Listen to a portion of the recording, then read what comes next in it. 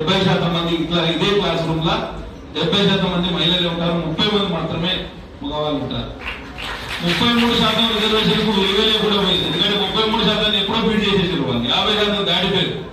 నేను ఆఖరకు 2017లో ఒకసారి మల్లారెడ్డి మెడికల్ కాలేజీలో ఏదో క్లాస్ తీసుకోవడానికి పోయింది. ఆ క్లాస్ చూసి కూడా ఉంది. మన దగ్గర ఇంకా బాల్య వివాహాలు ఇంకా జరుగుతుంది.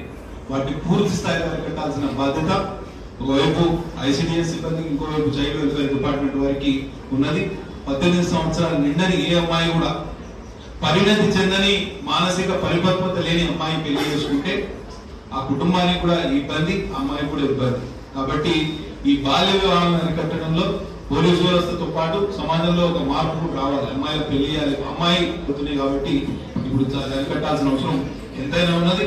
అట్లనే అమ్మాయిల మీద అఘాయిత్యాలు కూడా చాలా వరకు దగ్గర, దానికి భయపడి సమాజంలో చాలా మంది భయపడి ఈ అఘాయిత్యాలకు పాల్పడడానికి ఇబ్బందిగా పాక్సో చట్టం అమల్లో కలెక్టర్ గారి బాధ్యత ఉంటుంది. కాబట్టి తప్పకుండా దాన్ని పకడ్బందీగా అమలు చేయాలని వారిని కోరుతూ, మీరు ఆర్థికంగా ఎదగాలి, మీరు మీ కాళ్ళ మీద నిలబడాలంటే మీరందరూ వ్యాపారవేత్తలుగా ఎదగాలి. లాభసాటి బిజినెస్ మీద ఒకసారి ఆలోచన చేయండి. పేపర్ ప్లేట్ తయారు చేస్తే దాని మీద ప్లాస్టిక్ లామినేషన్ చేస్తున్నాం.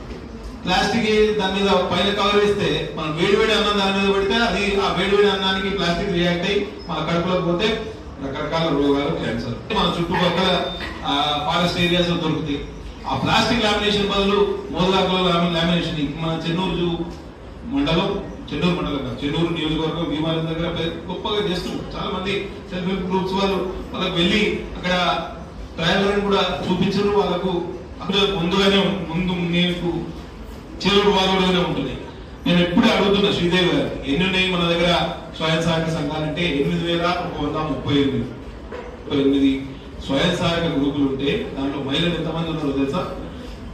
92,500 మంది. 1,00,000 మంది దగ్గర ఉన్నారు. ఈ సంవత్సరం 1,00,000 దాటుతారు. అవునా?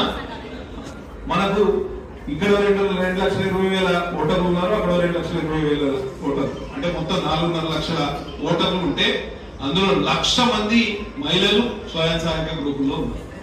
అంటే మీరు ఆలోచన చేయండి, ప్రతి 2 మహిళల్లో ఒక మహిళ స్వయం సహాయక గ్రూపుల్లో ఉన్నారు. మరి మీ శక్తిని మీరు తెలుసుకోలేకపోతే సంఘాలకు 210 కోట్ల రూపాయలు ఇదివరకే ప్రభుత్వం స్త్రీనిధి రుణాల ద్వారా బ్యాంకులు రుణాలు కూడా జరిగింది. ఇప్పుడు చెప్తుంది, నిలబడి మీరు ఆర్థిక స్వావలంబన సాధిస్తే ఆటోమేటిక్ గా మీ భర్త మిమ్మల్ని గౌరవిస్తారా లేదు?